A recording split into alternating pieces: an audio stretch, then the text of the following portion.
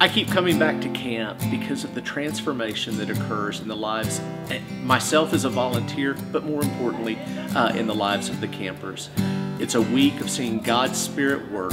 It's a place where children, teenagers can be transparent, share their hurts, share their feelings, and allow God's healing and God's Spirit to change them and really shape their lives in ways that doesn't occur anywhere else.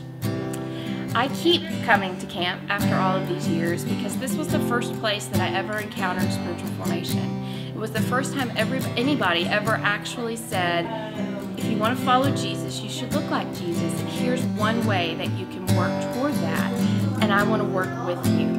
And that's the center of what I do with my life now, is walk with others as they seek to be more like Jesus. Coming back to camp has been something I've never really considered not doing, and I think it's because from the first time I came to camp, I personally have been impacted by the worship here and just the in-depth study and the way that the bar has been held so high for expectations for the students who come.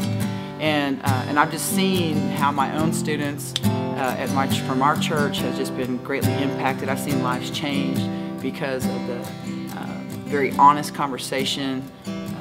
My kids have learned about transparency here, and that's brought back and made our ministry at Clear Lake even better. And one of my favorite camp memories, I had been a counselor my freshman year, after my freshman summer, and then I was a counselor again my sophomore year, and I thought I was going to get to be a Kaddish counselor one day, got to baptize girls and really change their spiritual lives, but I was actually assigned Kid Quest and Learning to Lead the smaller kids for the second summer in a row, and I was actually really disappointed in that and was bawling at the meeting and crying, just kind of being a brat.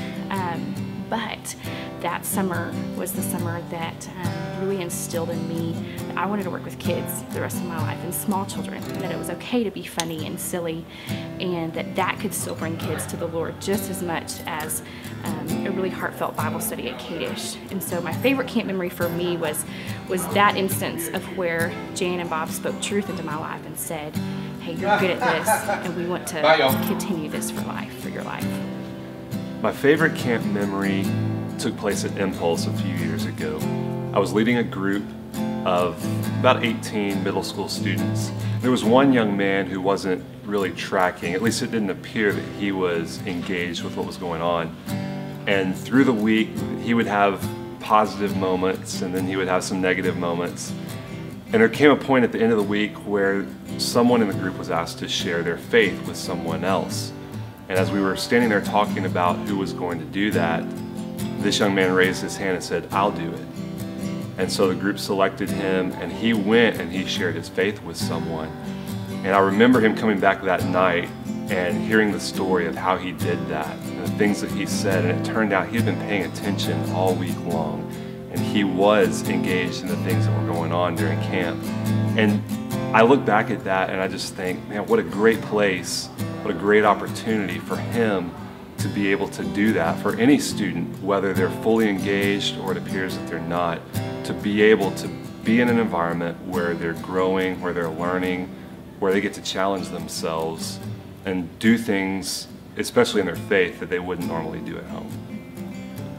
One of the strongest memories of camp was a year that we were collecting some money to send to help a country. It was one of our kids' ideas, instead of talking, to actually help, and we'd collected several $100s. And I had one of the girls in my group from Abilene say, I didn't bring any money, can I bring it Friday when my mom comes to pick me up? And I'm expecting another $5 or $10 that she might give. This was a middle schooler, and she came running up at that last meeting with a bag full of coins and cash, and she said, here's everything that I have. It was like $53, and that really touched me.